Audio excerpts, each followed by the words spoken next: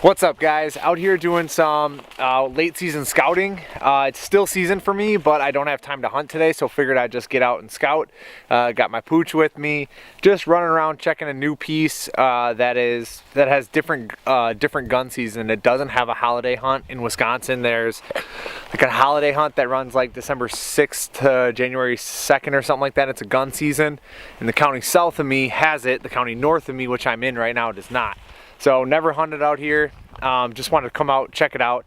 And if you don't late season scout or like spring season scout, you definitely should start. Sign is abundant, all the vegetation's down, like everything's easily visible, and you can go and gather some really good intel for the fall and make that, how do I say that? Like, find that info and then use it in the fall. Like it works a lot, and it worked for me really well the last couple years. So definitely encourage it. But what I wanted to talk about today was dressing for cold weather whitetail sits. And it's tough. I've sat a lot of cold days so far, and I figured out a system that really works for me, so I thought I'd share it.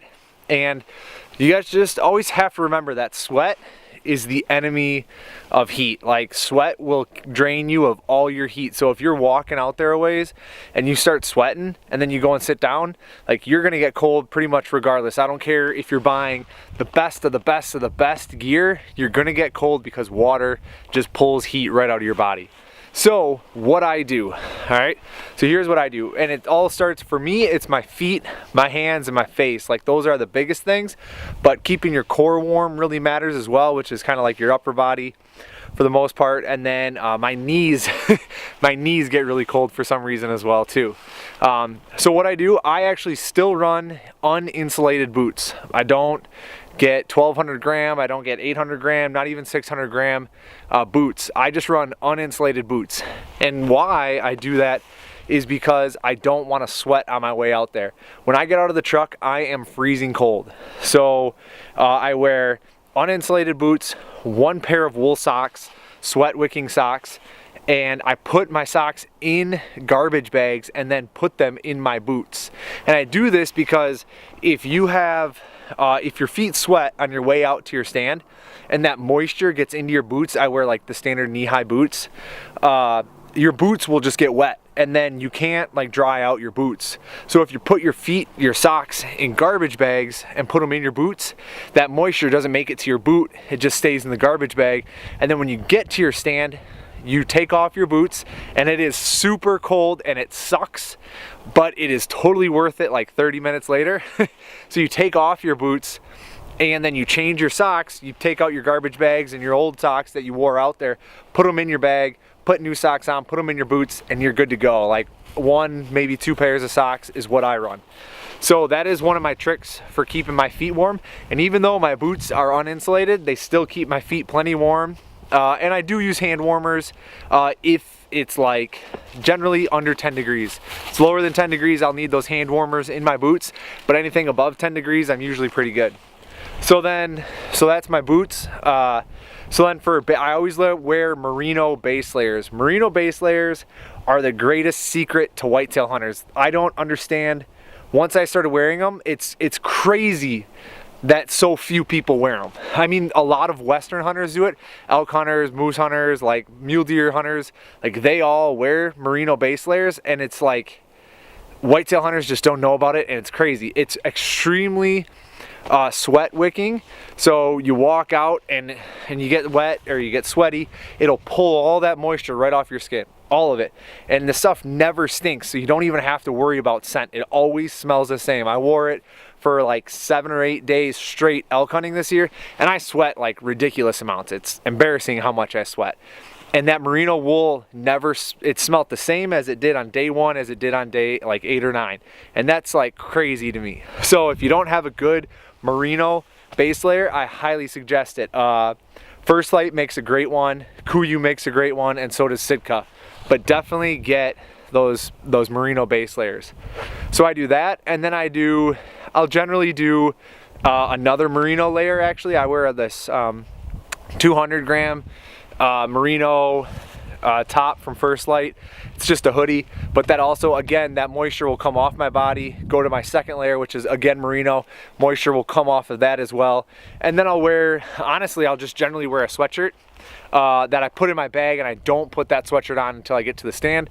And then I have a nice First Light soft shell jacket that I put on over top of that. So merino base, merino hoodie, big thick sweatshirt, and then First Light, well, you don't have to buy First Light, but that's what I wear, soft shell jacket, like a wind resistant jacket.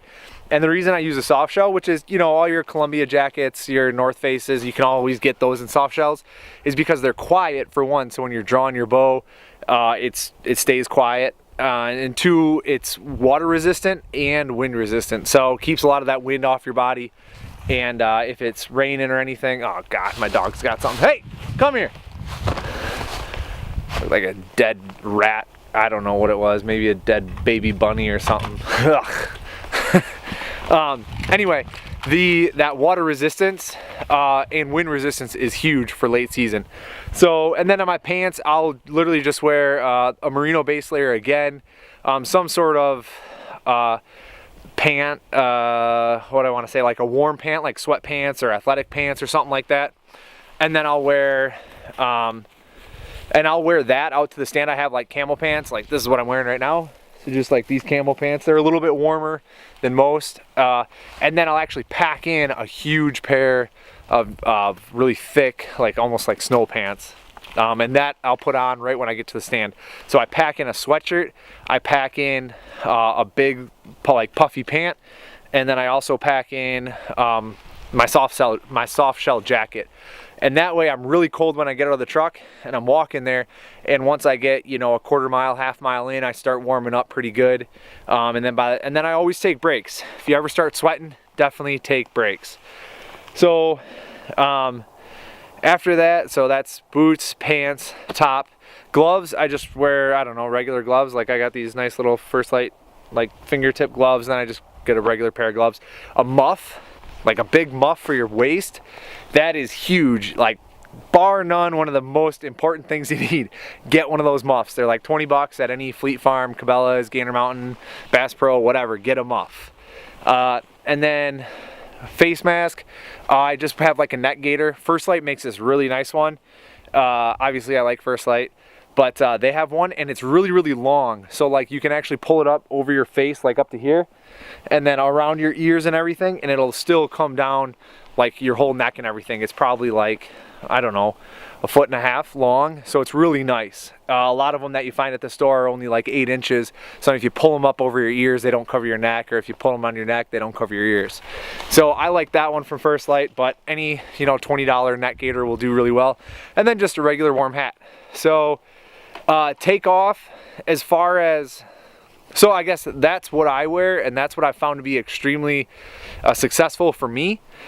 And the big key that I talk about is like that gear matters, but on your walk out, if you ever start getting warm, ever start sweating, do not just push through it and get to your stand and then cool down. Just stop right there, take off a layer, whatever, take a break, take your pack off, and just wait. Just give yourself a couple minutes, 2, 3, 4 minutes, shed some layers, cool down, just don't sweat.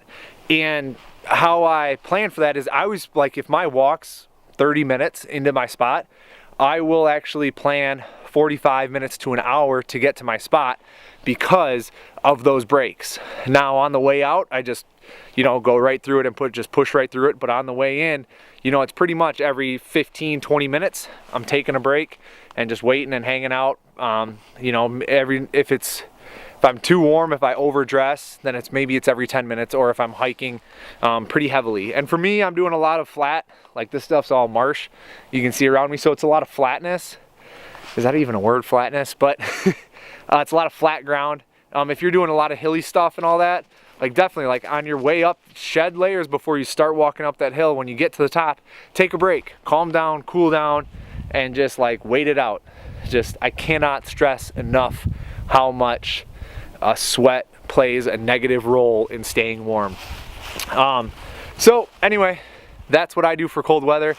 If you guys got any questions, comments, or anything, drop them down below. I hope this helps. I hope you guys find some value in this. If you like it, please give me that thumbs up, hit subscribe, and let me know your thoughts. All right, catch you later, guys.